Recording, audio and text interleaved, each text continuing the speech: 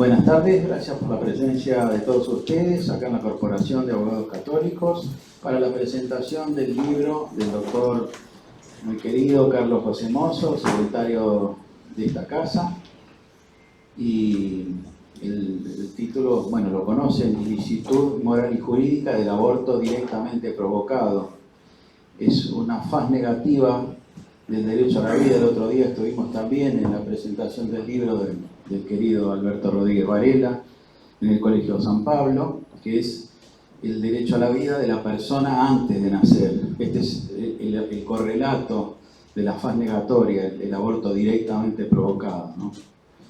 Realmente es una obra magistral sobre el derecho a la vida, sobre la que van a exponer ahora los doctores Solanet, Bota y la señora Mariana Rodríguez Varela.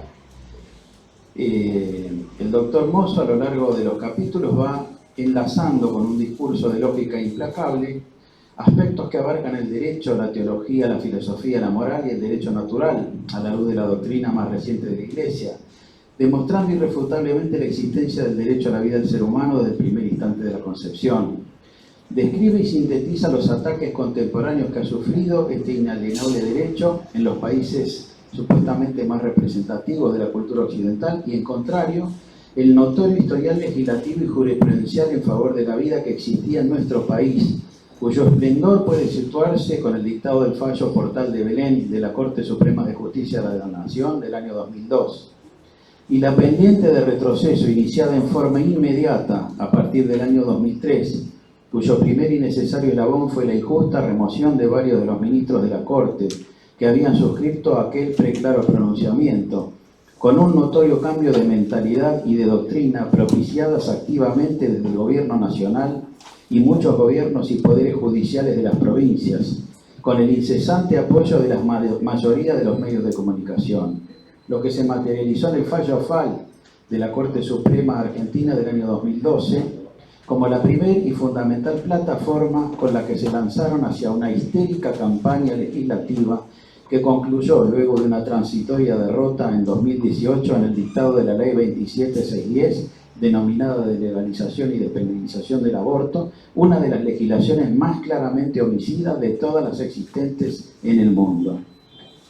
La obra no puede dejar de leerse sin que produzca por momentos una honda emoción ante lo que constituye una gravísima tragedia para la humanidad, como lo es la clara tendencia mundial a favorecer con la legislación y jurisprudencia la matanza indiscriminada, masiva y sistemática de los más débiles e indefensos de los seres humanos, en lo que se observa como un claro enfrentamiento entre evidentes fuerzas del mal. En efecto, es manifiesto que éstas han impulsado el aborto muchísimo más allá de los casos tradicionales que en la historia de la legislación han sido considerados como de no punibilidad, en general los de peligro para la vida y salud de la madre, en los que, por diferentes motivos que los de su intrínseca injusticia e inmoralidad, el legislador positivo los ha exento de pena por motivos de política criminal, aunque muchos de ellos bien podrían encuadrarse en la doctrina del doble efecto, cuando la terapéutica médica no consista en el aborto directo, sino en una consecuencia no querida de un acto de por sí legítimo, como es intentar curar a la madre. En la antigüedad, estos casos no eran impedimentos para que al mismo tiempo se efectuara en la generalidad de las sociedades la más enérgica condena al aborto directamente provocado, que es el objeto del estudio del libro.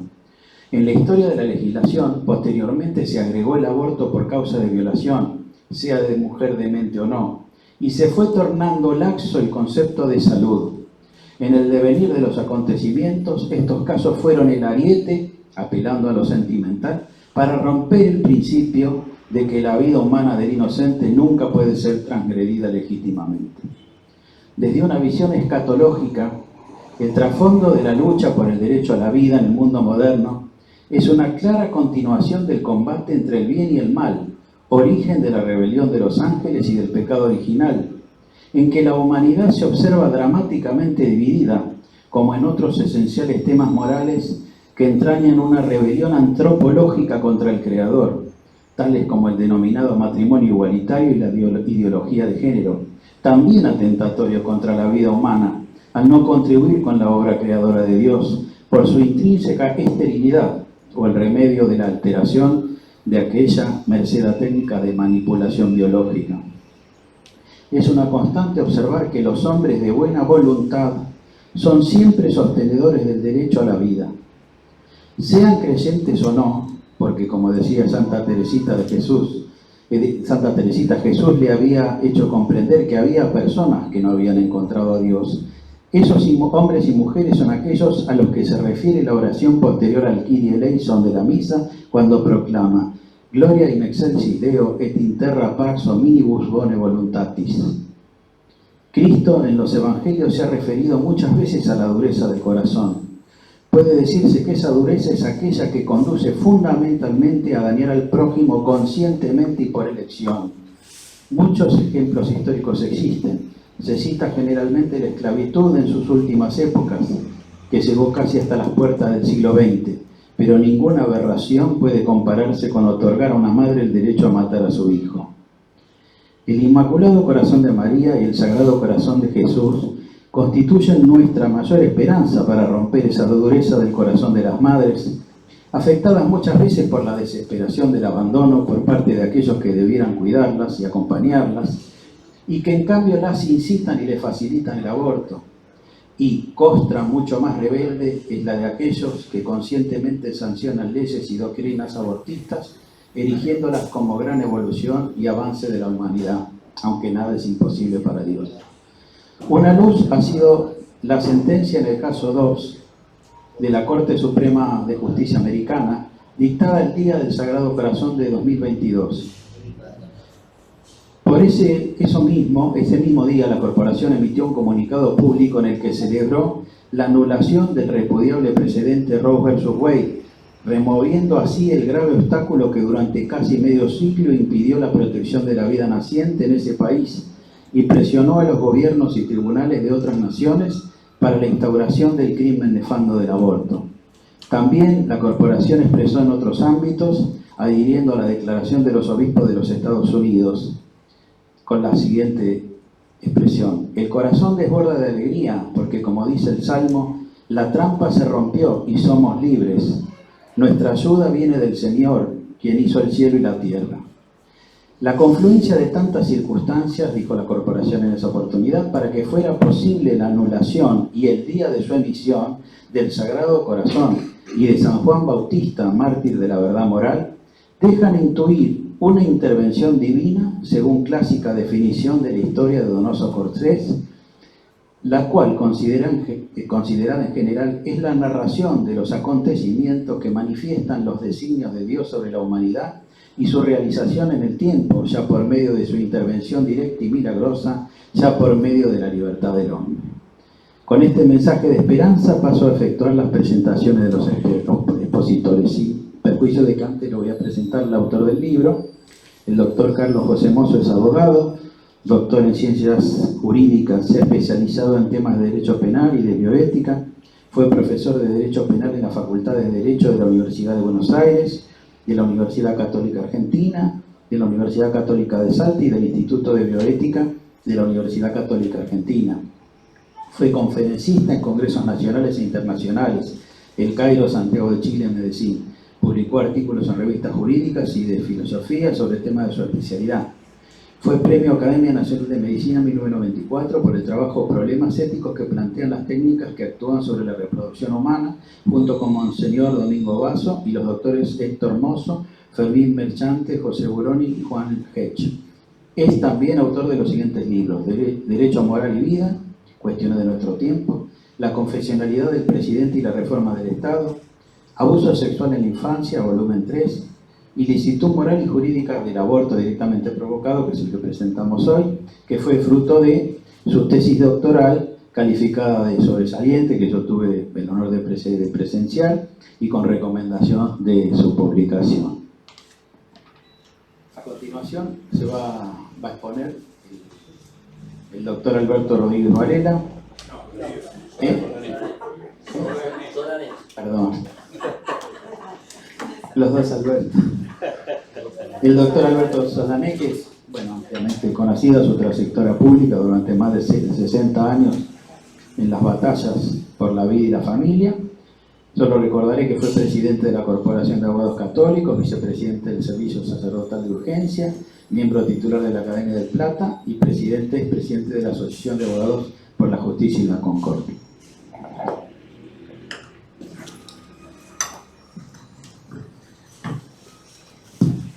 Bueno, señor presidente, muchas gracias por haberme comparado con el doctor Rodríguez Varela. Para mí es un honor.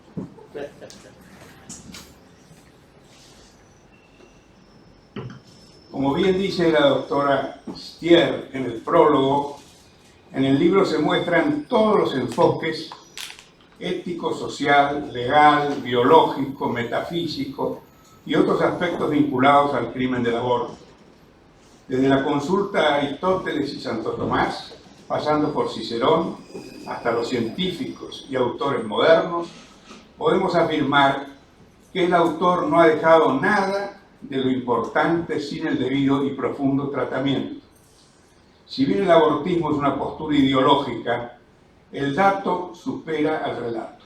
En consecuencia, a sus panegíristas les costaría muchísimo intentar rebatir los sólidos argumentos vertidos en el libro, aunque la mala fe y el cinismo de esta gente supera todo límite y sostienen el absurdo con total tranquilidad. En los primeros tramos del libro, Carlos discurre sobre el bien común como el fin que debe asegurar el Estado y acredita de qué manera la ley que autoriza el aborto repugna profundamente ese objetivo. Un capítulo bien interesante está dedicado a la ley y el derecho, de importancia vital para demoler el positivismo imperante en estos tiempos que ha hecho estragos en el mundo. Según esta mirada, todo lo que determine la ley o la interpretación jurisprudencial está bien, aunque obste a los más claros e inmutables principios del orden natural. Así se han ido erosionando las instituciones y principios en que debe asentarse la sociedad. Por ejemplo, en nuestro país, un día se decidió, mediante una ley, que únicamente el Estado tenía potestad para unir el matrimonio a las personas, tal como lo había resuelto la Revolución Francesa, y se sancionó el matrimonio civil, antesala del divorcio vincular, que tanto daño ha causado entre nosotros. Una vez que se determinó que solo el Estado es quien tiene jurisdicción sobre el vínculo matrimonial, la institución del matrimonio verdadero dejó de existir para la ley argentina. Luego de ello sobrevino sin inconvenientes sustanciales el divorcio vincular, el matrimonio entre homosexuales y cuantas variantes pueda sancionar el Congreso. La ley es docente. Todo lo que ella determina se va instalando en la sociedad y con el tiempo se van modificando los paradigmas que otrora se respetaban.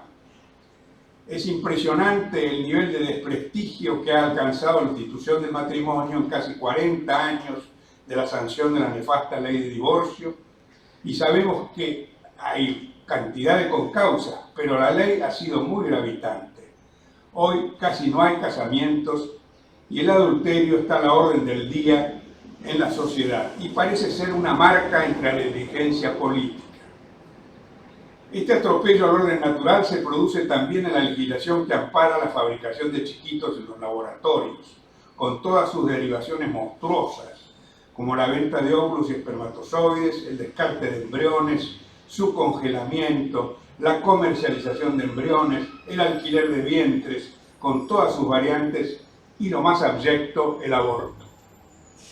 Hace un par de meses se conoció el caso de una joven casada afectada de una patología llamada síndrome de Rokitansky, que se traduce en la ausencia de útero, entre otras características, y por tanto imposibilitada de gestar y ser madre biológica. La madre de la joven, en ese entonces de 50 años, ofreció prestar su vientre para implantar el embrión producido por el matrimonio en un laboratorio. Ambos padres y la gestante, por subrogación, se presentaron ante un juez de familia de Rosario, manifestando la voluntad de ser padres y ratificando la madre el ofrecimiento de su vientre en subrogación para que su hija cumpliera su deseo de tener un chiquito. La autorización judicial fue otorgada, sobre la base de que nuestra ley respeta por encima de todo la voluntad procreacional, que sustituye la realidad biológica, y en este caso fue prestada por los tres protagonistas, los padres genéticos del embrión y también quien dio a luz al chiquito. Las tres personas expresaron conformidad para que el hijo por nacer se inscribiera en esas condiciones. En síntesis, la criatura tiene dos madres, la una genética y la otra, además de madre, su abuela.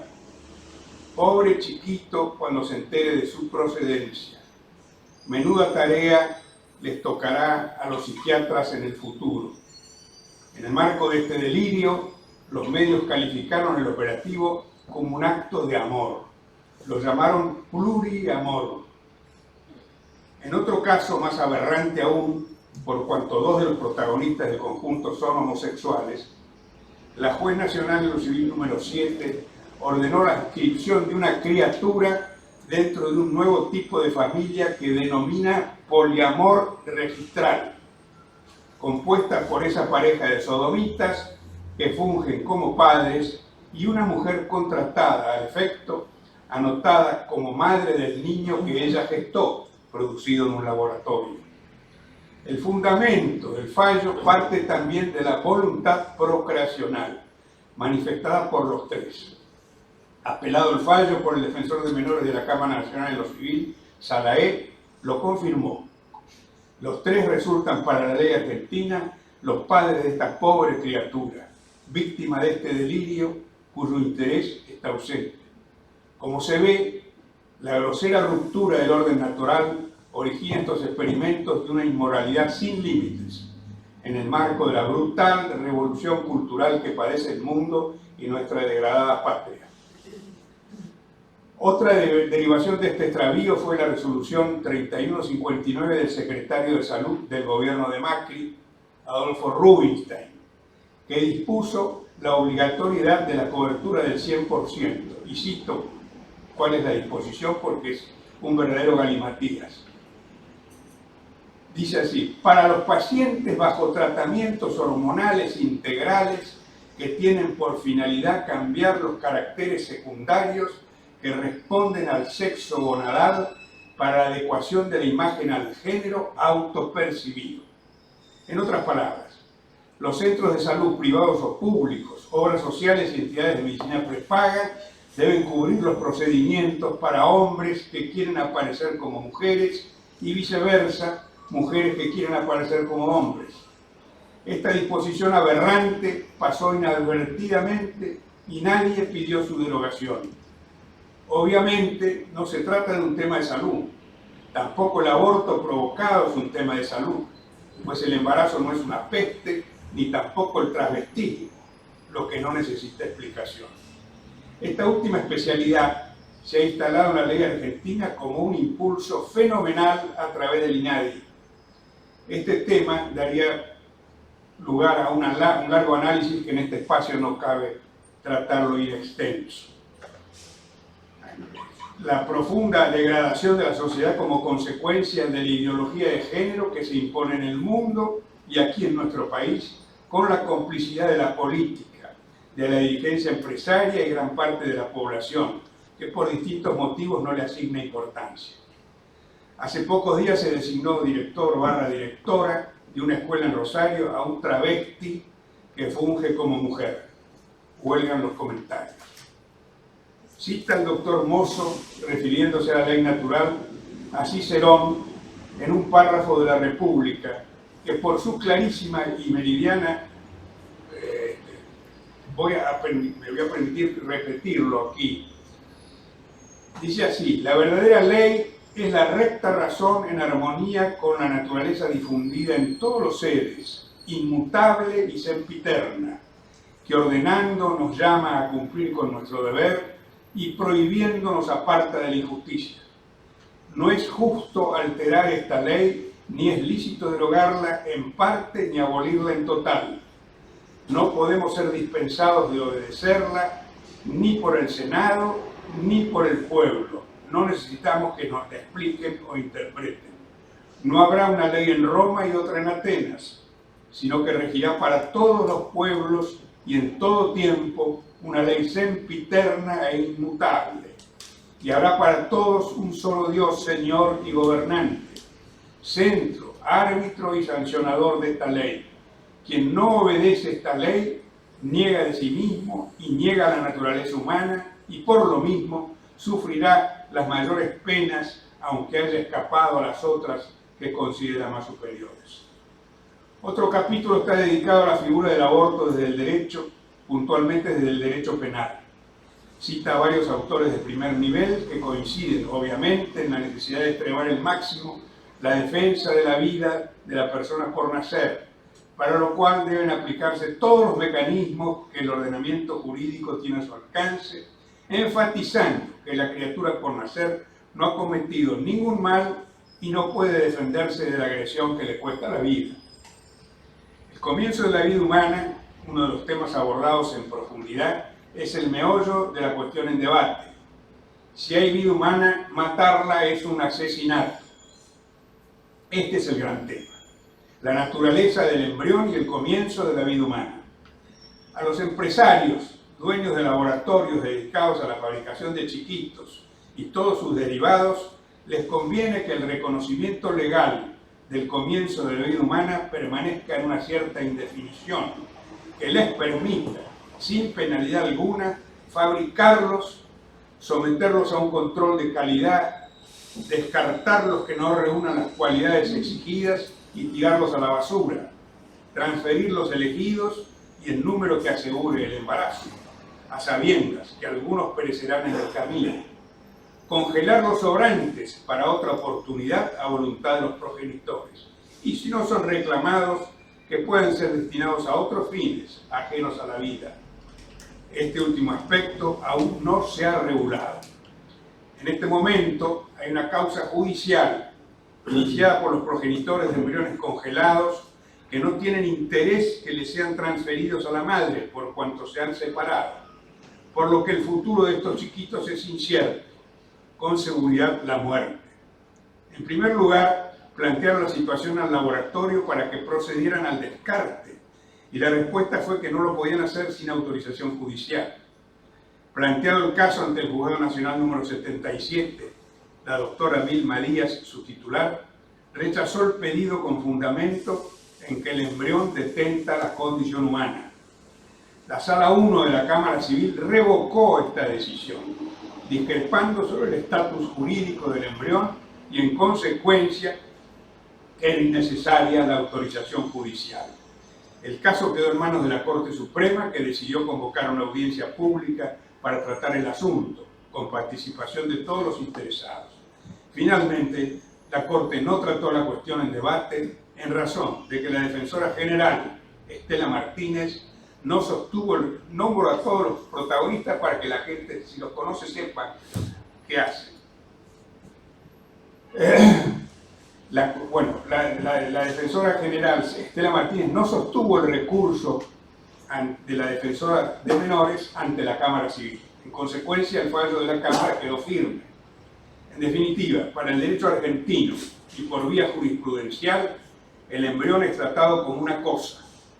Es probable que la justicia finalmente permita que los maten o bien que los destinen a otros fines terapéuticos, artículos de belleza u otros.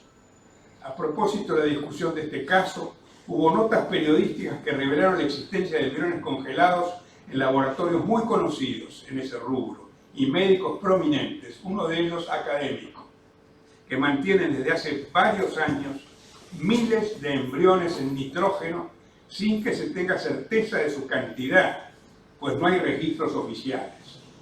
Es sabido que la presión que ejercieron estos empresarios sobre los legisladores al momento en que se redactaba el nuevo Código Civil para que se defina que el embrión no es un ser humano hasta su implantación. Es evidente que la fabricación de seres humanos en el laboratorio es una puerta que nunca debió abrirse. Las aberraciones que de allí se generan son impredecibles. En el libro se expone con claridad y contundencia cuál es la naturaleza del embrión y se demuestra la inconsistencia de los argumentos que se esgrimen en contrario, que responden a intereses ajenos a la ciencia y al bien común. La verdad es que todo ser humano es persona en sentido ontológico y jurídico, y comienza su existencia en el mismo instante de la concepción, aunque ésta se produzca extracorpórea. El embrión no precisa ser implantado para convertirse en ser humano, lo mismo que no precisa esperar la anidación en caso de la concepción sea natural. Desde el instante de la concepción merece la protección jurídica. Como digo, este es un tópico trascendental. No se trata de una postura ideológica, sino de un dato de la realidad, suficientemente acreditado por la ciencia. Nadie duda seriamente que los gametos masculino y femenino, al fusionarse, se modifican para generar una nueva célula o materia distinta a ellos, el cigoto, que posee su propia carga genética, contiene todo el ADN que lo distingue como un ser humano único e irrepetible en toda la historia de la humanidad, con todos los detalles que lo acompañarán el resto de sus días. Se trata de un ser humano en acto, no en potencia, como sostienen quienes se dedican a estos menesteres, y que por ello se sienten autorizados a su manipulación bajo el eufemismo de que se trata de preembriones. Como digo, si seriamente dudasen de que se trata de seres humanos, no tendría ningún sentido la congelación. Se trata de una vida humana, un ser en su inicio, que ubicado en el lugar adecuado, esto es en el seno materno, se desarrollará y pasará por las distintas etapas hasta su muerte. Empiezas por ser embrión, luego feto, luego recién nacido, infante, adolescente, adulto y anciano. Siempre el mismo. No sufre a lo largo de este recorrido ningún salto cualitativo. No empieza por ser un renacuajo y luego por arte de magia se convierte en un ser humano. El ser humano lo es desde el principio o nunca sería un ser humano. Beethoven fue siempre Beethoven desde que fue embrión hasta su muerte. Una conocida periodista que ya murió, fanática del aborto, me hizo una entrevista por radio casi de madrugada y me dijo una serie de improperios que me obligó a decirle que era un insolente y le corté la comunicación. Tiempo después la encontré y en medio de numerosos testigos recordó el episodio y sostuvo que los chiquitos al comienzo de su existencia no son tales sino coágulos. Le contesté que en ese caso ella también fue un coágulo y que si su madre hubiera pensado lo mismo, a lo mejor lo hubiera eliminado y ella nunca hubiera nacido. El autor explica con claridad el concepto de persona en el derecho argentino, empezando por la Constitución.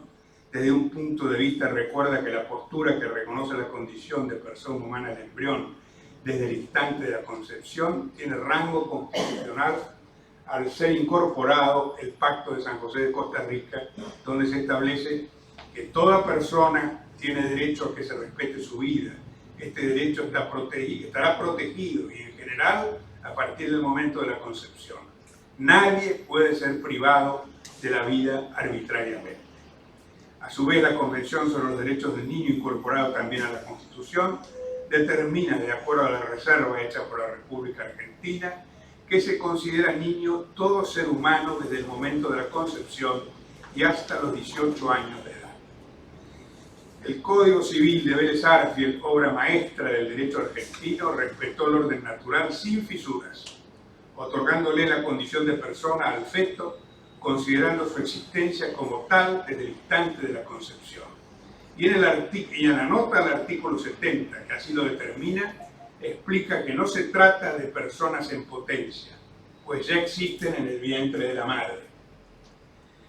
Los abortistas tenían que demoler este dique, lo que ya había ocurrido, como dije antes, respecto del fundamento de la familia con la sanción de la ley de matrimonio civil y luego con el divorcio vincular. Para el aborto ya estaba abierto el camino con la fertilización in vitro, o sea, la fabricación de chiquitos en los laboratorios, práctica muy difundida y aceptada sin cortapisas, aunque no legislada hasta la aparición del nuevo Código Civil. En esta materia los científicos tuvieron piedra libre para hacer lo que les viniera en gana, la manipulación de embriones desde elegir el destino que podía ser la implantación en el útero materno o la congeladora u otros usos hasta su descarte definitivo. Este descontrol sobre una materia tan fundamental perduró a lo largo de 30 años, hasta la sanción del nuevo Código Civil y Comercial que reguló este esperpento. Lejos de establecer límites en el acatamiento del orden natural, convirtió en ley todo lo que semejantes experimentos lograron en la materia, y a su amparo se producen todo tipo de aberraciones como las que ya hemos comentado. Del expuesto a la admisión del aborto no hay ninguna diferencia sustancial. El embrión es considerado una cosa. El autor analiza los prolegómenos tendientes a instalar el aborto en la Argentina, tema que ningún candidato de la política se animaba a plantear. El Código Penal desde siempre en la Argentina trató la figura del aborto como un delito, aun cuando en la reforma del año 1920, se introdujeron dos excusas absolutorias consignadas en el artículo 86, en virtud de las cuales el crimen del aborto no era punible. Entiéndase bien, no dejó de considerarse un delito, no obstante no se penalizaba si se hubiera practicado por médico diplomado con el consentimiento de la mujer encinta, si se ha hecho con el fin de evitar un peligro para la vida o la salud de la madre y este peligro no puede ser evitado por otros medios, o si el embarazo proviene de una violación o un atentado al pudor cometido sobre una mujer idiota o demente. En este caso, el consentimiento de su representante legal deberá ser requerido para el aborto. En el primer caso, mal llamado aborto terapéutico, como aclara el autor, de parte de la apreciación de que la vida de la madre o su salud valen más que la vida del hijo por nacer. A su criterio no se dan las condiciones para que la exhibición de la pena sea considerada como excusa absolutoria, ya que para que eso se configure y se haga efectiva, debe ser en aras de un bien mayor, que en el caso del aborto no hay un bien mayor que permita sacrificar uno en favor del otro. De todas maneras, la exhibición de la pena opera con los mismos efectos que una excusa absolutoria. En cuanto al segundo caso llamado aborto eugenésico, cuando el embarazo obedeció a una violación de a una mujer idiota o demente, indudablemente la única interpretación que cabe es que el aborto no sería punible a condición de que la víctima de la violación sea una mujer idiota o demente, no simplemente una violación. En las consideraciones previas a la inserción de esta excusa absolutoria, en el artículo 86 del Código Reformado, primó la opinión de Jiménez de Azúa, quien sostenía, como cito, ¿qué puede resultar de bueno de una mujer demente o cretina? Este desprecio por la vida humana, esta intolerable discriminación hacia las personas minusválidas o discapacitadas en el libro que presentamos, mereció la repulsa con argumentos más que valederos. Como dije antes, durante años ningún político se animó a plantear directamente la despenalización del aborto y se recurrió a una vía indirecta que fuera judicial, como había ocurrido en Estados Unidos. Así que mediante una interpretación absolutamente caprichosa de las excusas absolutorias, se sostuvo en varios fallos que el Código Penal autorizaba el aborto en casos en que se denunciara que el embarazo había sido fruto de una violación o que para la madre significa un riesgo de salud físico o simplemente psíquico. Hubo fallos en distintas jurisdicciones que permitían el aborto sin necesidad de autorización judicial, es decir, sin dirimir previamente si el embarazo efectivamente había sido fruto de una violación, donde bastaba con la manifestación de la interesada. La causa Fall fue la más emblemática, ya que la Corte, en el marco de un gigantesco prevaricato que convirtió a los ministros que lo firmaron en cómplices de un deleznable plan de exterminio de chiquitos, dispuso exhortar a las autoridades nacionales, provinciales y las autónomas de Buenos Aires, con competencia en la materia, a implementar y hacer operativos mediante normas del más alto nivel, caramba. Y ahora... Dale, Oscar, dale.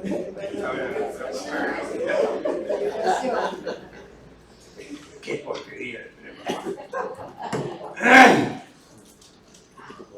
La causa Fall fue la más emblemática, ya que la Corte, en el marco de un gigantesco prevaricato, convirtió a los ministros que lo firmaron en cómplices de un deleznable plan de exterminio de chiquitos.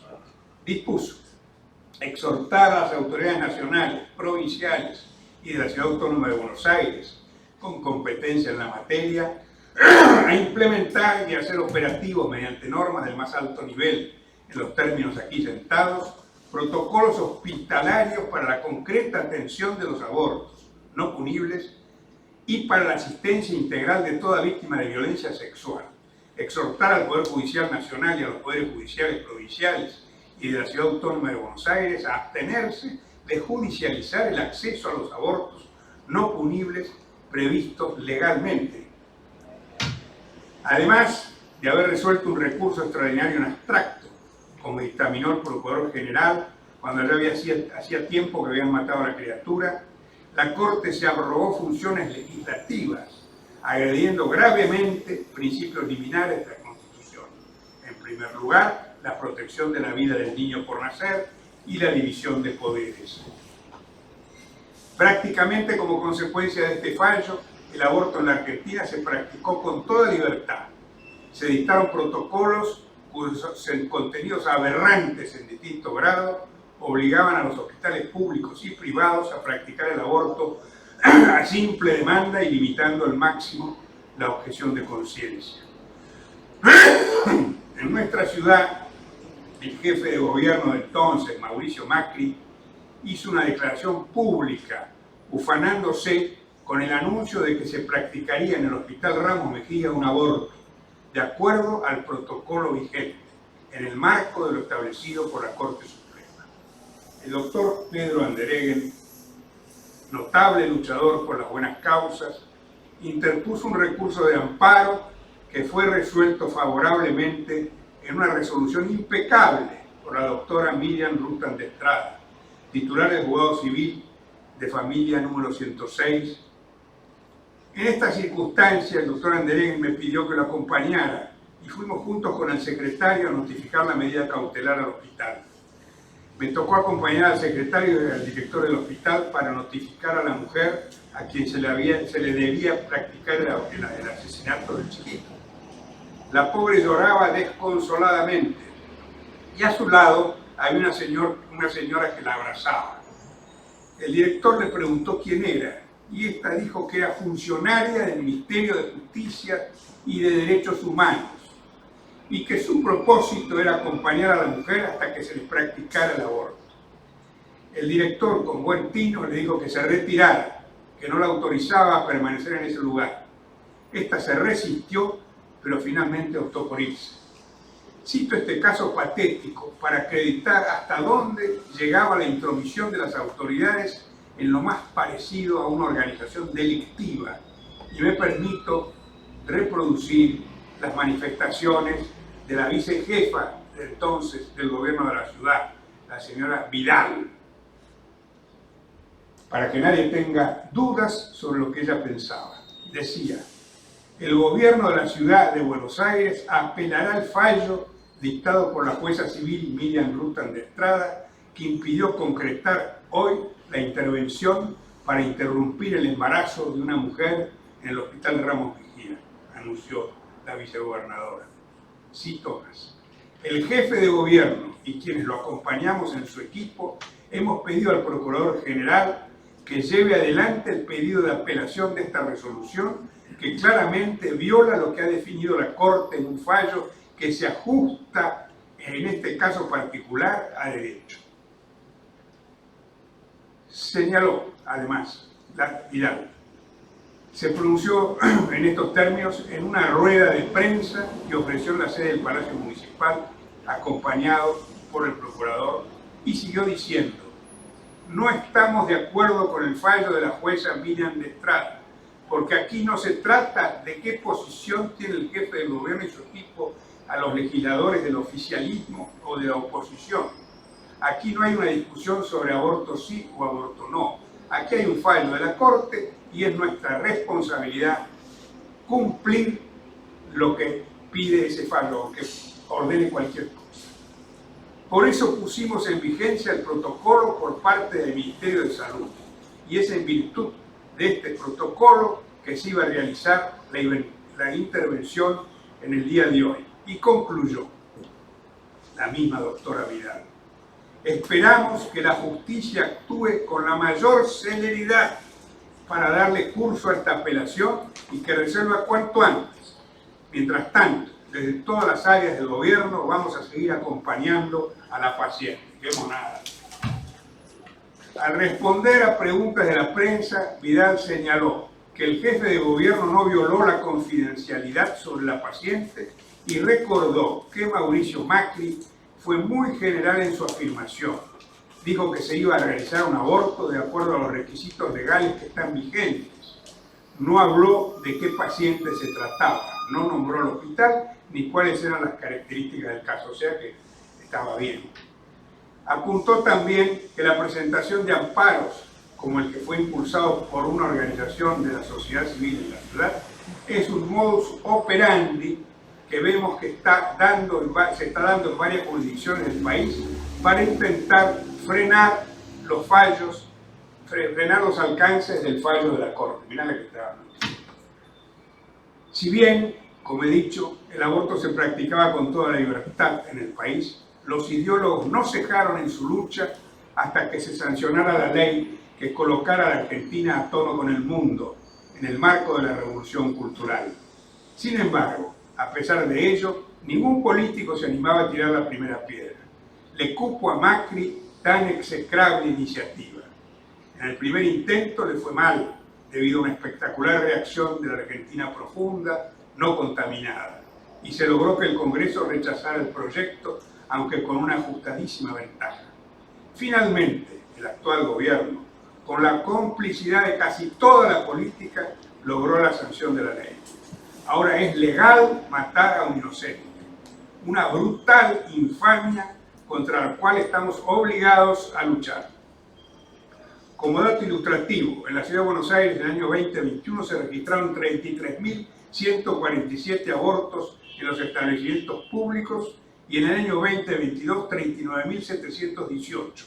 Y en la provincia de Buenos Aires entre 108.259 y 129.374 por año, según datos de la Universidad de Buenos Aires.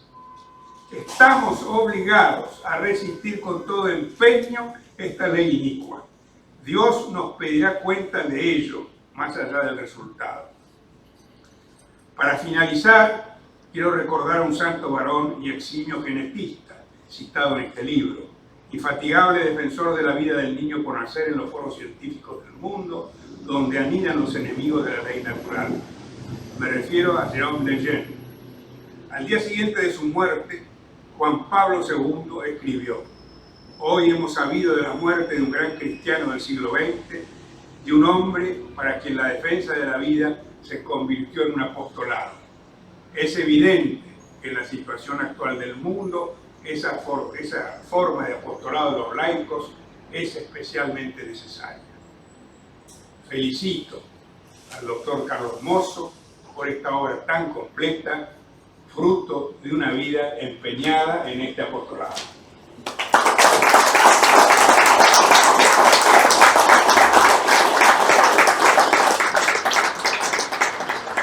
Muchas gracias, doctor Solamé. A continuación se va a referir a la presentación del libro el doctor Oscar Bota, es médico egresado de la Facultad de Medicina de Buenos Aires en 1975. Estuvo un año becado en el Hospital de La Paz en Madrid, España, en 1984-85. Es uno de los primeros 8 egresados de la carrera y doctorado en salud pública de la Universidad de El Salvador. Fue delegado argentino como médico sanitarista entre las Naciones Unidas en la Conferencia Mundial de Población y Desarrollo en El Cairo en septiembre de 1994. Ha dictado conferencias en Estados Unidos, Perú, Chile, Uruguay, Bolivia, España, Francia, Italia, Austria, Suiza y Rumania, y ha sido entrevistado en un sinnúmero de programas radiales y televisivos, siempre vinculado al tema de la defensa de la vida y la familia. Es representante de Human Life Internacional en Argentina. Fue director del Hospital Materno Infantil del municipio de General Sarmiento y secretario de Salud Pública de la Municipalidad de San Miguel. Obtuvo el premio Cultura, Vida y Valores 1999 de la Asociación de Escritores y Publicistas Católicas de Argentina. Es director de Acción por la Vida y la Familia desde el año 2006, organización fundada bajo la protección de la Virgen de Guadalupe. Está casado y tiene 6 hijos. Bueno, vamos a hablar de otro plano. ¿Son los políticos poco fiables? Ciertamente mucha gente piensa así, y no sin razón, después de todo. Al menos en una democracia, todo lo que un político dice o hace tiene que medirse frente a la pregunta de si hacer o decir eso ayudará a sus posibilidades de elección o reelección. Y así llegó el crimen abominable del aborto a nuestra patria. Pero lo que lleva al crimen del aborto es la mentalidad anticonceptiva reinante desde la introducción de la píldora en la década de 60 y que indican todos los ginecólogos que dicen llamarse católicos e incluso muchos sacerdotes, doy fe. Cosa que es estipulada ya desde el gobierno de Alfonsín con la introducción de la pornografía en Argentina. Creo que defender a los niños por nacer, ante todo, es más importante que la política y creo que es el llamado a todos los católicos de nuestro tiempo. Todo cristiano está llamado a promover el bien común en la medida en que tenga influencia en el Estado. En 1984 escribí un artículo para el diario Q de esa época que se llamó La estimulación sexual forzada. Repito, la estimulación sexual forzada. Y esa estimulación sexual forzada no es nada menos que la educación sexual integral, ley 26.150, sancionada en el 2006, que es nada menos que una verdadera instrucción sexual perversa, hedonista y antinatalista. La vida humana debe estar en el centro del bien común. La cultura que valora la vida humana desde la fecundación hasta la muerte natural es una cultura que ha reconocido la dignidad humana innata y el valor inestimable de toda vida humana. Sin embargo, lo que no es lícito es simplemente tratar el crimen del aborto como si fuera cualquier otra cuestión política. El aborto y la eutanasia son, pues, crímenes que ninguna ley humana puede pretender legitimar, como ya lo dijo acá el amigo y compañero Alberto Sánchez. En todos los países donde se ha legalizado el crimen del aborto, al poco tiempo se dispara la tasa de violencia familiar y doméstica y el abuso infantil. Esto es gravísimo. La relación causa-efecto entre el crimen del aborto y el maltrato infantil ha sido establecida por el profesor Philip Ney, psiquiatra canadiense. Las personas que han pasado por la experiencia del aborto presentan una tendencia a maltratar a sus hijos y viceversa. Aquellos que han sido maltratados presentan una mayor tendencia a abortar. A mayor número de abortos, mayor número de niños maltratados. Esto lo tenemos muy en cuenta.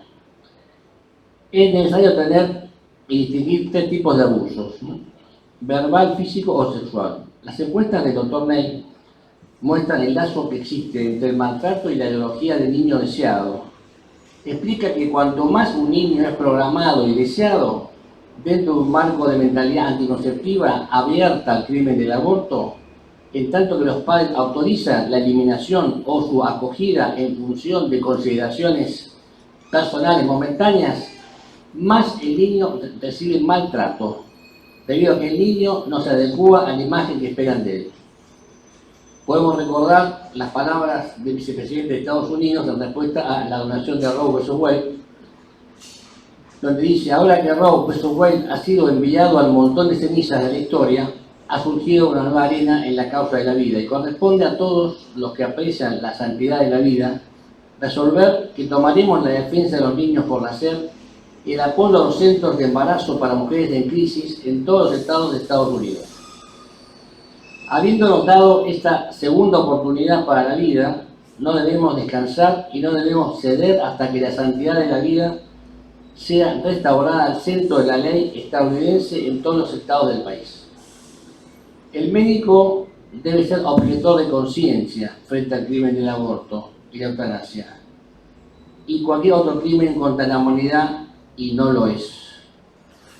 Ahora voy a mencionar varias noticias de los medios que se leen a diario, que hace tiempo atrás eran infrecuentes o no aparecían, ¿no? Que en mi observación como sanitarista las vinculo directamente al crimen del aborto, de alguna manera. Tenemos acá en Argentina el caso Lucio, tristísimo, ¿no? Que fue muerto y asesinado por dos lesbianas. Una era su madre, y ese crimen muy triste fue realizado por odio al hombre. Todo lo voy a decir porque tengo varios casos que lo he tomado de los diarios. Espanto en Bellazatí, un chico de 13 años fue acuchillado por 3 compañeros de clase. 13 años. Y adolescente de 14 años que confesó el crimen de Joaquín Esperani, bueno, fue liberado y salió como sin nada. Esto lo leo en Infobae, tampoco es gran cosa, pero todos los días hay noticias de este tipo, ¿no? Criminales. Bullying y violencia extrema que lleva al niño de 13 y 14 años a intentar matar a un compañero. Bueno, no lo digo todo para no hacerlo tan largo. Bueno. Ahora, bueno, sí hay mucho, ¿no? Hoy también. O sea, todos los días salen estas cosas en el diario, ¿no? Pero tremendo. Voy a hablar brevemente del síndrome del sobreviviente al aborto. No sé si lo conocen, repito. Síndrome del sobreviviente al aborto. Philip Ney, psiquiatra canadiense, atendió a un adolescente de 13 años durante un año largo y no lo podía sacar adelante. El chico tuvo intentos de suicidio, autolesiones, bueno. Entonces decidió llamar a la madre y preguntarle cómo había sido el embarazo. Y la madre le comenta que en realidad era un embarazo de mellizos. Como pensaba que no podía criar 2 hijos, se hizo abortar uno. Entonces, este chico, ¿no? El que sobrevivió, sintió la matanza de su hermano dentro del útero, ¿no? Entonces ahí él describe lo que se llama el síndrome del sobreviviente al aborto y a partir de ahí lo saca adelante y lo cura, ¿no? Al chico que tenía una depresión brutal, ¿no? O sea, teniendo en cuenta ese trastorno, ¿no? Se llama síndrome del, que nadie lo plantea, lamentablemente, del sobreviviente al aborto. Esto golpea en primer lugar a los hermanos y hermanas de un niño abortado, mediante lo cual el aborto no concierne solamente a los niños, se afecta también a los adolescentes y a los adultos, puesto que el aborto persiste y se agrava indefinidamente en ausencia de tratamiento. La lista de personas alcanzadas puede todavía crecer a merced de diversas circunstancias, porque todas las personas que nacen en una familia donde el aborto es posible ser considerado y quienes han pues escapado de ello por suerte o por casualidad pueden desarrollar este síndrome de supervivencia. Y estos niños que pasan por ese útero, que asesinó antes a un hermano, hacen este síndrome. Quiero aclarar que es extendido a todas las madres que usan anticonceptivos orales, implantables, inyectables, píldoras de después o de uso, pues son todos abortivos, ¿no? Son todos abortivos, aunque muchos lo nieguen, ¿no? Yo le he puesto a cualquier ginecólogo católico, hoy, lo que sea, que me demuestre lo contrario. Pues yo hago, por ejemplo, una biopsia de endometrio de miles de mujeres bajo ningún efecto hormonal y lo proyecto con tinturas, parece un bosque frondoso. Yo hago una biopsia de cualquier mujer, o miles de mujeres, con DIU puesto, anticonceptivos, cualquier tipo de píldora al día después, como disminuye un 50% más el endometrio, yo lo tiño, lo proyecto y parece un desierto pálido. O sea, el embrión ahí no se puede implantar, o sea, son todos abortivos. Hay una clasificación de sobrevivientes al aborto. Los estadísticos, por ejemplo, los niños que nacen de los países donde el aborto se practica en masa, los países comunistas. Los sobrevivientes deseados son niños quienes han sobrevivido a una reflexión de los padres cuando ellos han tenido en cuenta un momento, en un momento el recurso al aborto. Los amenazados, quienes escuchan decir me decepcionás, yo debería haberte abortado, estos malos tratos dejan secuelas psicológicas muy graves. Los sobrevivientes disminuidos físicamente, todos estos quienes han sobrevivido a un aborto, y han quedado con discapacidades, por ejemplo, les falta un brazo, una mano, ¿no? Y un ojo. La mayor parte tienen perfectamente conciencia de la suerte que les estaba reservada, ¿no? Los chicos. Los sobrevivientes por pura suerte, estos que habrían sido abortados si la madre hubiera contratado los servicios necesarios a tiempo, y que se escuchan decir, si yo hubiera sabido cuanto antes que yo estaba embarazada, tener suerte de estar con vida, ¿no? Todo esto pasa, ¿eh? Yo soy pediatra y lo veo cada vez más. Los sobrevivientes de una ambivalencia parental, yo no he podido decidirme, pero hoy yo sé que la vida hubiera sido más fácil si te hubiese abortado. Eso lo dicen los padres a sus hijos.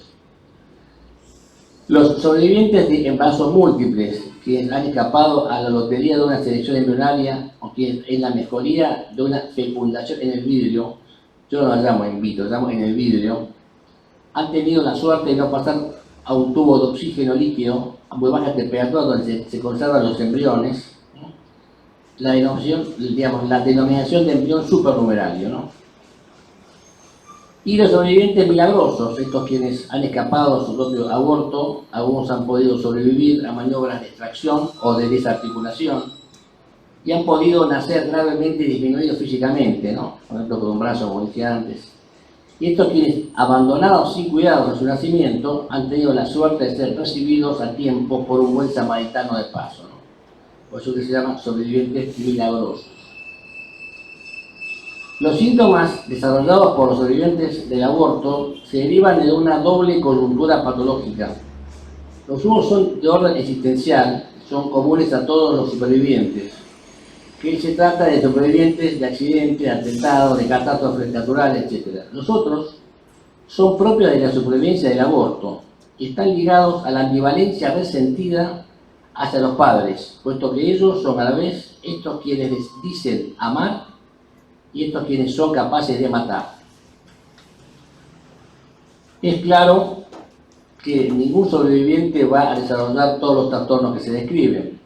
Cada uno va a manifestar una parte solamente, y esto es un conjunto de síntomas convergentes o un cierto perfil psicológico. La culpabilidad existencial, ¿no? Yo no debería estar con vida, ese quien ha sido matado era más merecedor que yo, soy yo quien habría debido morir, cosas que se plantean estos chicos. Yo soy responsable de la muerte de mi hermano. Es probablemente el más constante de los síntomas según el doctor Ney, Philip Ney, ¿no?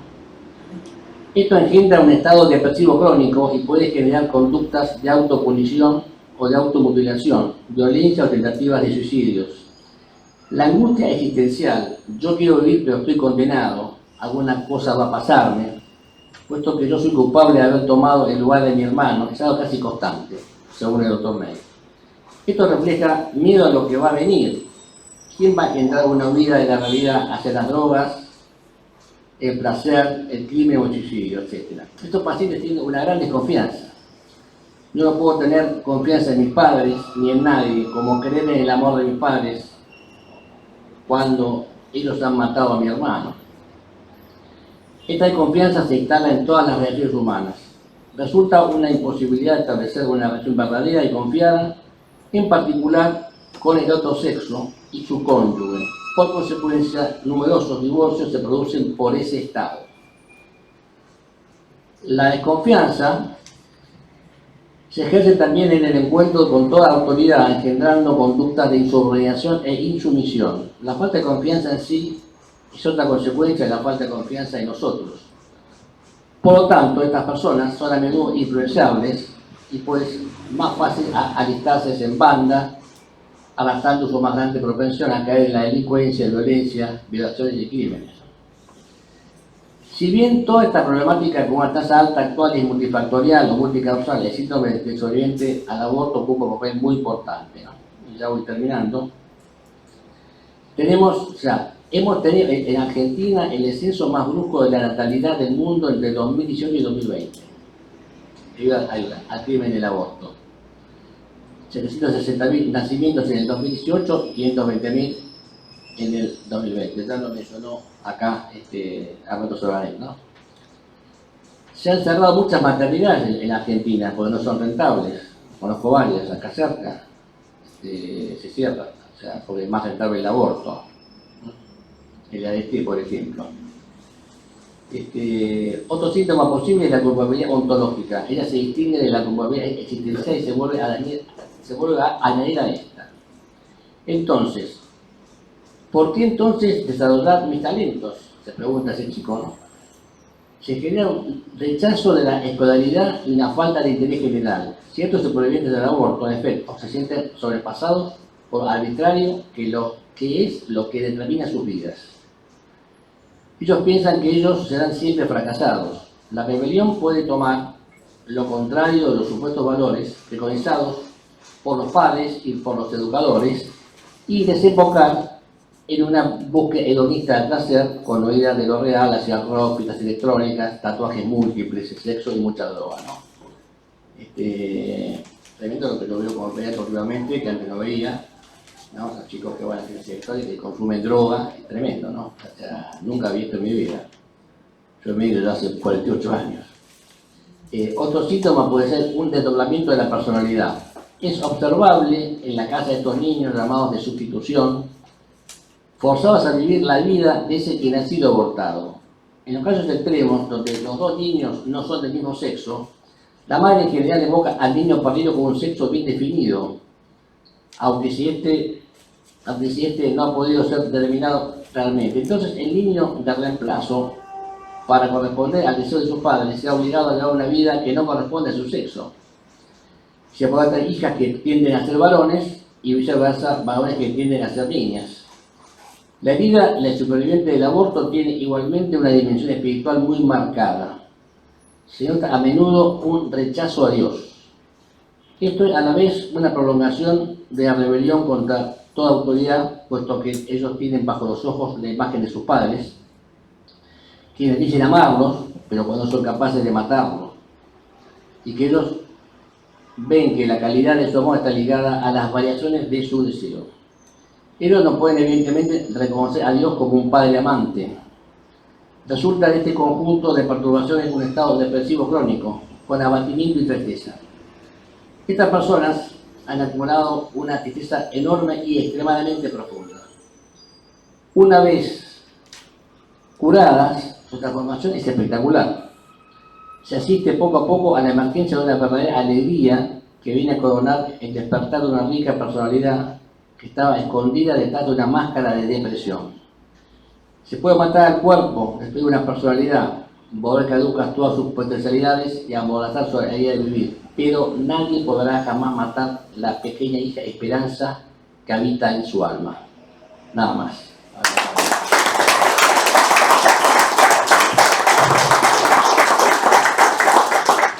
Muchas gracias, doctor Borta.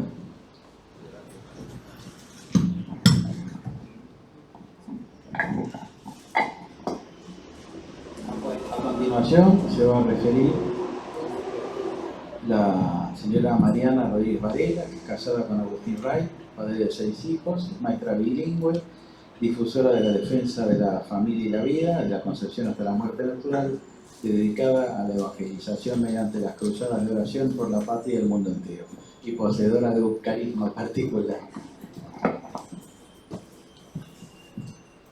Bueno, me voy a tener que parar porque si no, no puedo hablar.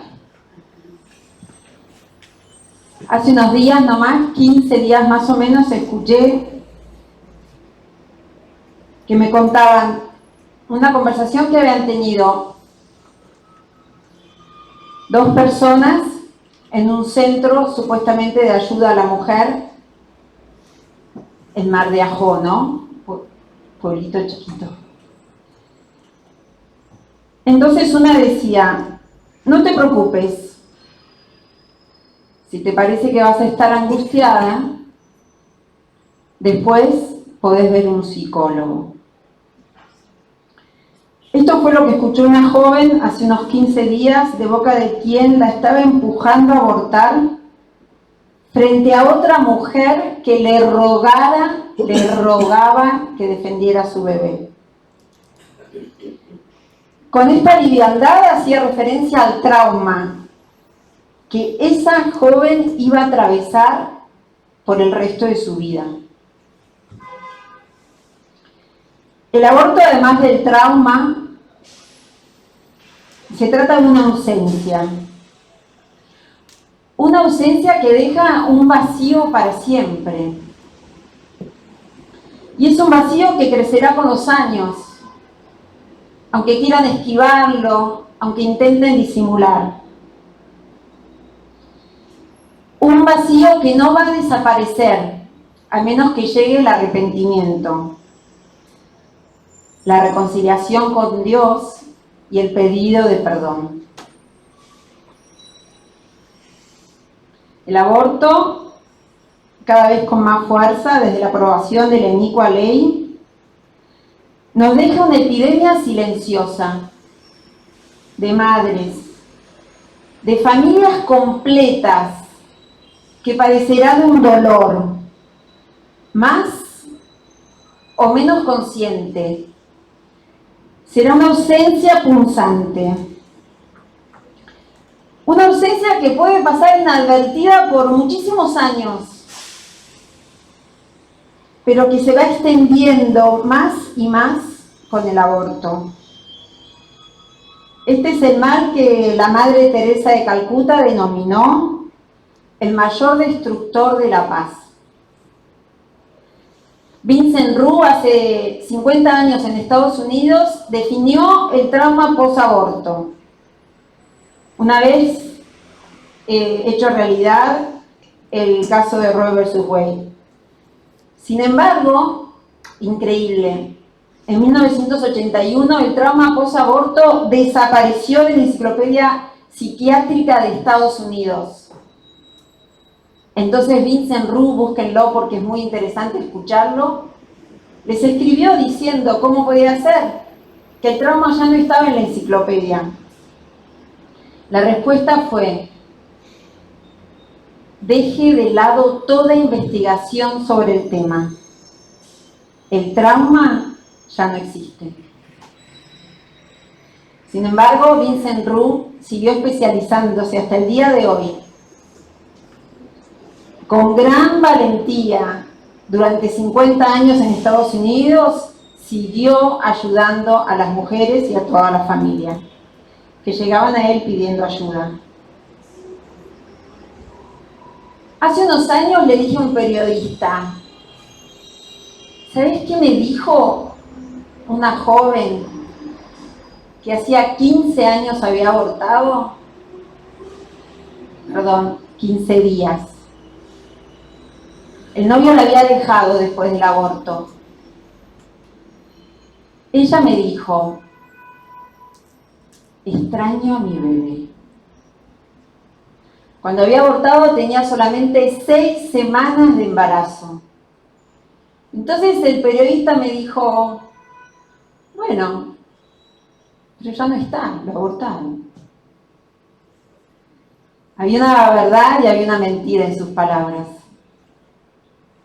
La verdad era ciertamente que el bebé había sido abortado.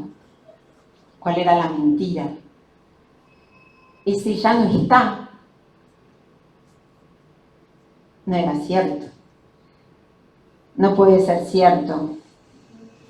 La madre, obligada por presión o por decisión, vivió un aborto inducido. Y el niño murió. Las chicas dicen: extraño a mi bebé, porque si bien ese bebé murió, queda en su corazón. Y hay algo maravilloso que aprendí hace muy poquito, que es el microquimerismo. Las células fetales viajan a través de la placenta, que me corrija el doctor si digo cualquier cosa, y se instalan a veces en el corazón, en el cerebro, en distintos órganos de la mujer. Pueden quedar allí alojadas durante toda la vida. Son células que tienen principalmente la función de sanar. Como bien explica el doctor Mozo, el aborto deja consecuencias físicas en la mujer y psíquicas en la madre que abortó. entonces estas células no tienen solo una presencia física, corporal, sino también emocional. Y se sabe que en un aborto quirúrgico son más aún las células del hijo que recibe la mujer. Como si esa madre necesitara aún mayor ayuda para su sanación de un acto tan antinatural como es el aborto. Se trata de algo biológico unido a lo espiritual. Me impresionó saberlo porque este argumento nos ayuda a entender el dogma de la Asunción. ¿Por qué? Porque en el cuerpo de la Virgen María estaba la presencia real de Cristo, en las células de Dios hecho hombre, que María tenía en su cuerpo virginal. Así es como toda madre queda por siempre unida al Hijo. La maravilla de la creación nos deslumbra con este dato biológico. Algo del Hijo queda vivo en la madre. Y las células maternas, hay células maternas que quedan también en los hijos. De esta manera, dichas células del hijo pueden llegar a reconfortar a una madre que tuvo un aborto involuntario.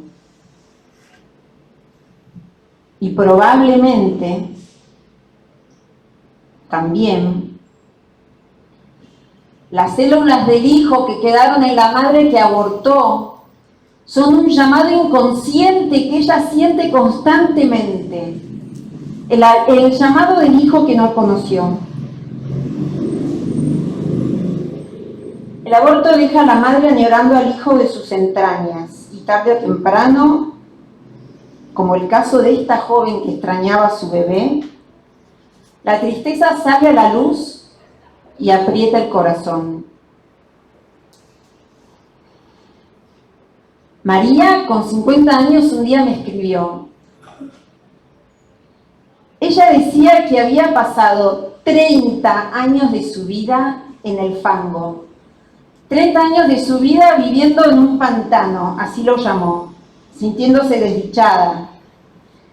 Y me llamó el día que llegaba a Proyecto Esperanza.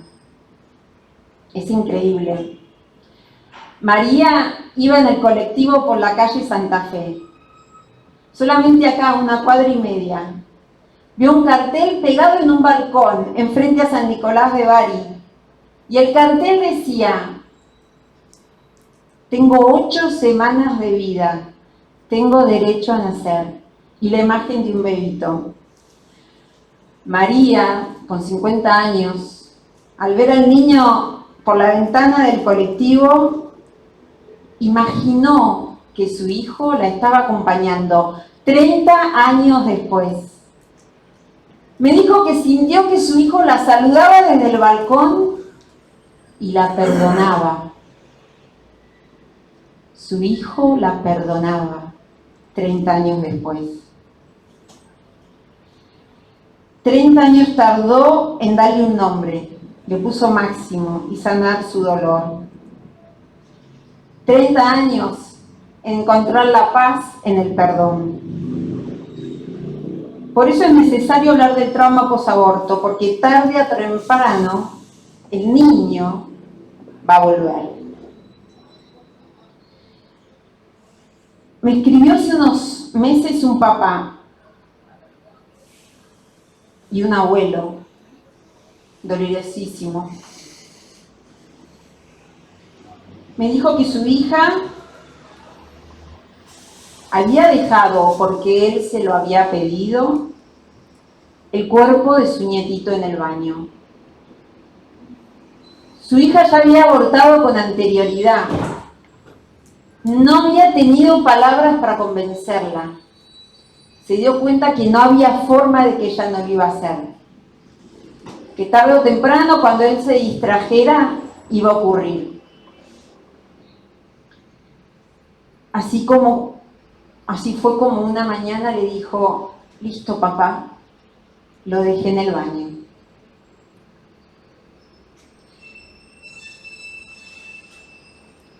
¿Cómo pueden decir que el aborto es nada de nada, no? Imaginen la escena que les acabo de contar. Imagínense buscar las palabras para intentar consolarlo, al abuelo, buscando a su nietito en el baño. El aborto atraviesa a las familias, las parte en dos de dolor. Como le pasó a Isabel. Isabel había abortado a 4 de sus hijos. Era adicta y caía cada vez más al fondo de un pozo. Se encontró por 5ª vez embarazada y decidió abortar. Una vez más, tratamos de darle ayuda, primero en una ciudad y no acudió a la cita. Después en otra ciudad, tampoco. Estábamos desesperanzados. La hermana trataba de ayudarla, pero llegó el día de la consulta con el médico entre comillas, que iba a matar a su bebé. Era en la calle Santa Fe, unas cuadras más, casi en Pueyrredón. Resolvió tomar un café con su hermana antes de acudir a la cita. Mientras estaba conversando, sonó el teléfono. Y le resultó extraño, porque vio que la característica que la llamaba era de Uruguay. Entonces dijo, qué extraño. Me están llamando otra vez de Uruguay. Alguien que quiere salvar a mi bebé. Este bebé debe ser especial. Isabel no estaba dispuesta a conocer la cara de su bebé. Si había matado a 4 en un aborto, conocer a uno le iba a hacer darse cuenta de cada uno de sus hijos que había perdido. Pero si no conocía a ninguno, podía continuar con su mentira. No estaba dispuesta a conocer a ese bebé.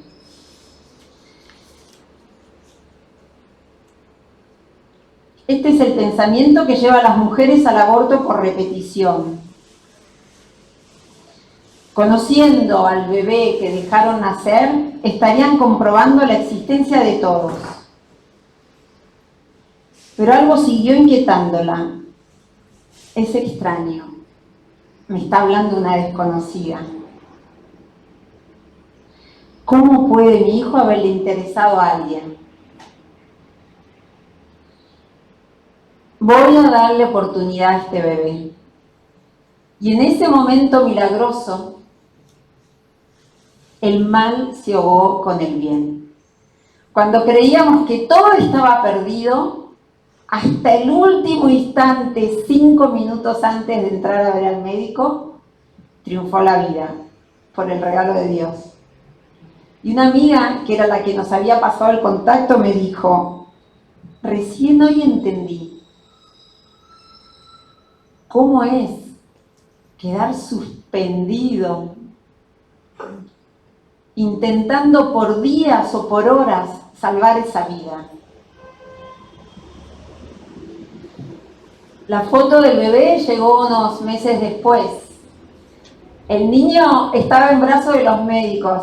Parecía dar un grito hacia adelante diciendo, triunfó la vida. Al doctor Carlos Mozo le agradezco la valentía de haber escrito este libro. Le agradezco su entrega y perseverancia hasta haberlo impreso. Le agradezco porque mucho necesita Argentina de hombres como usted, que crean que dar esta batalla todos los días no es necesaria, sino imprescindible. Leí hace unos días el libro de María Sima, una mística que tenía visitas de almas del purgatorio. Contaba acerca de los sufrimientos expiatorios que ella tuvo que aceptar por pedido de las almas que la visitaban porque habían pasado por un aborto. el dolor de las almas por los abortos y las impurezas eran horribles dolores corporales que María tenía que soportar.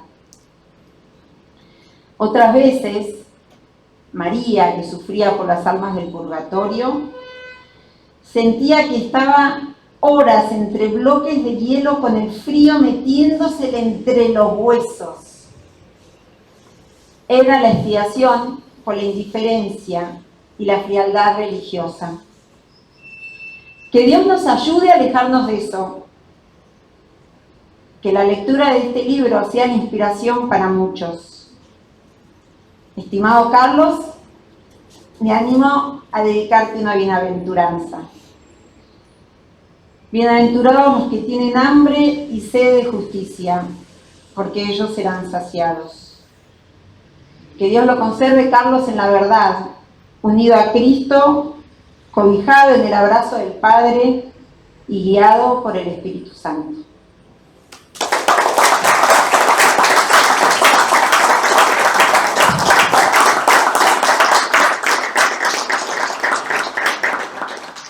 Bueno, muchas gracias, Mariana.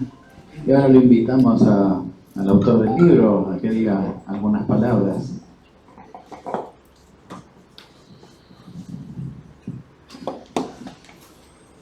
Bueno, muchas gracias, Alberto, Oscar, Mariana. Yo quiero hablar de la motivación para cerrar esta presentación. Mi motivación empezó a mis 10, 11 años, por una anécdota que cuento al final del libro. Y no se le voy a contar ahora porque confío en que van a leer el libro. Pero voy a pasar a dos aspectos. Ya de más grande, en mi primera juventud, que empecé a investigar el tema del aborto y los porqués.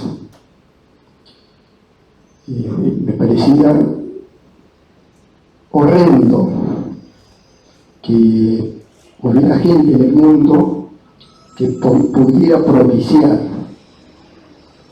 la eliminación de una persona en el vientre materno.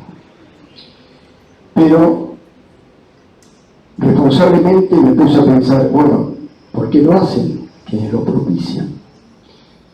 Y encontré algunos argumentos que podríamos calificar dentro de lo que se llaman en bioética dilemas. Después están los otros argumentos que son falsos.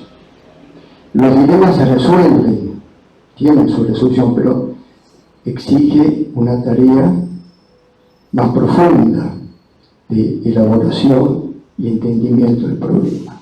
Me refiero claramente a cuando es comprensible que una persona que dice, la agarraron a mi hija, que se le ocurra de repente como primera actitud, hay que sacar eso de encima. Bueno, es comprensible, pero no se justifica. ¿Sí? O cuando hablan del peligro que corre la madre por un embarazo complicado. Es comprensible de lo emocional, no de lo racional, que a esa madre o al entorno piensen en el aborto. Pero no es comprensible para nada, y mucho menos justificable, que como se plantea hoy día, aborté porque no estaba en el momento adecuado para tener un hijo, o era un hijo no deseado. O lo que me mueve bastante en el ambiente musical, he escuchado de músicos, cantantes o cantoras, el aborto, el embarazo le complica la gira, de locos. Entonces aborto para no interrumpir la gira musical. Y de ahí, fíjense, de un extremo que puede ser emocionalmente comprensible pero no justificable, se pasa a la banalidad total. Entonces, aborto porque sí. No es mi momento. Aborto porque formó una nueva pareja y mi nueva pareja no quiere tener más hijos. ¿Cuánto puede durar esa pareja? Si es ese condicionamiento del amor, que puede durar nada.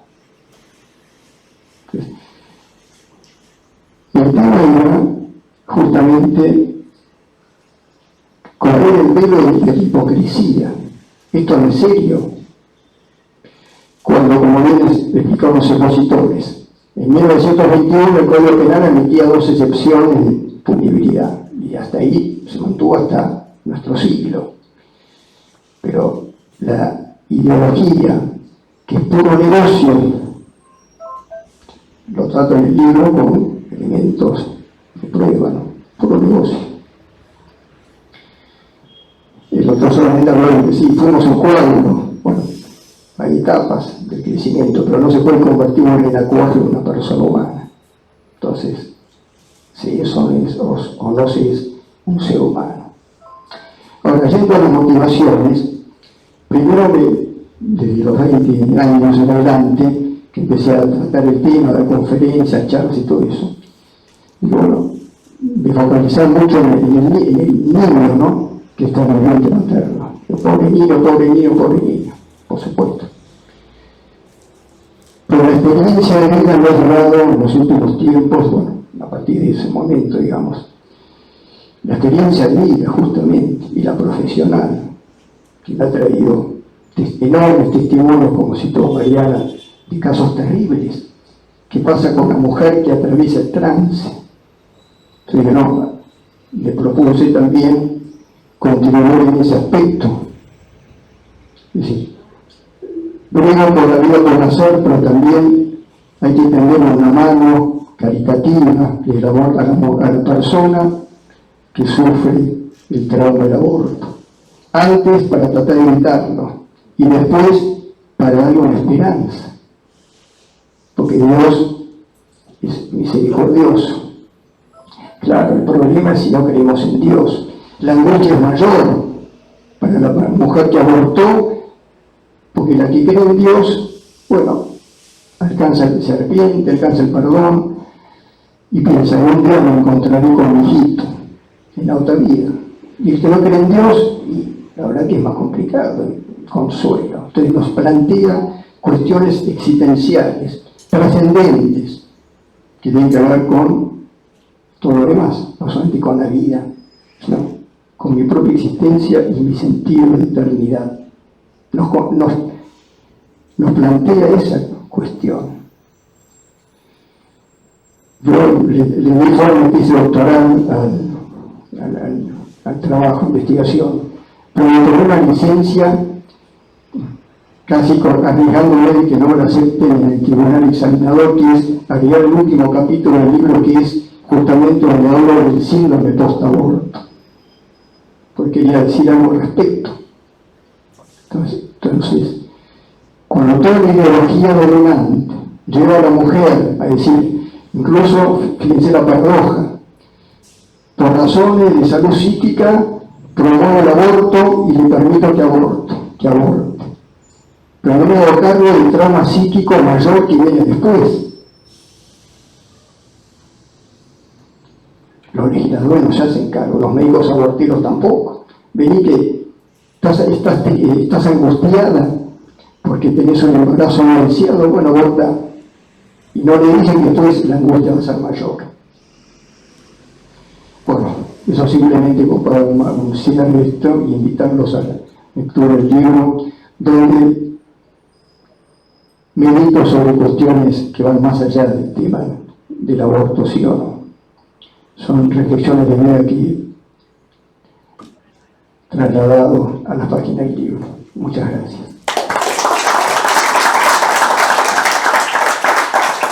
Y ahora les invitamos a poner unos sanduchitos y ahora unas copas.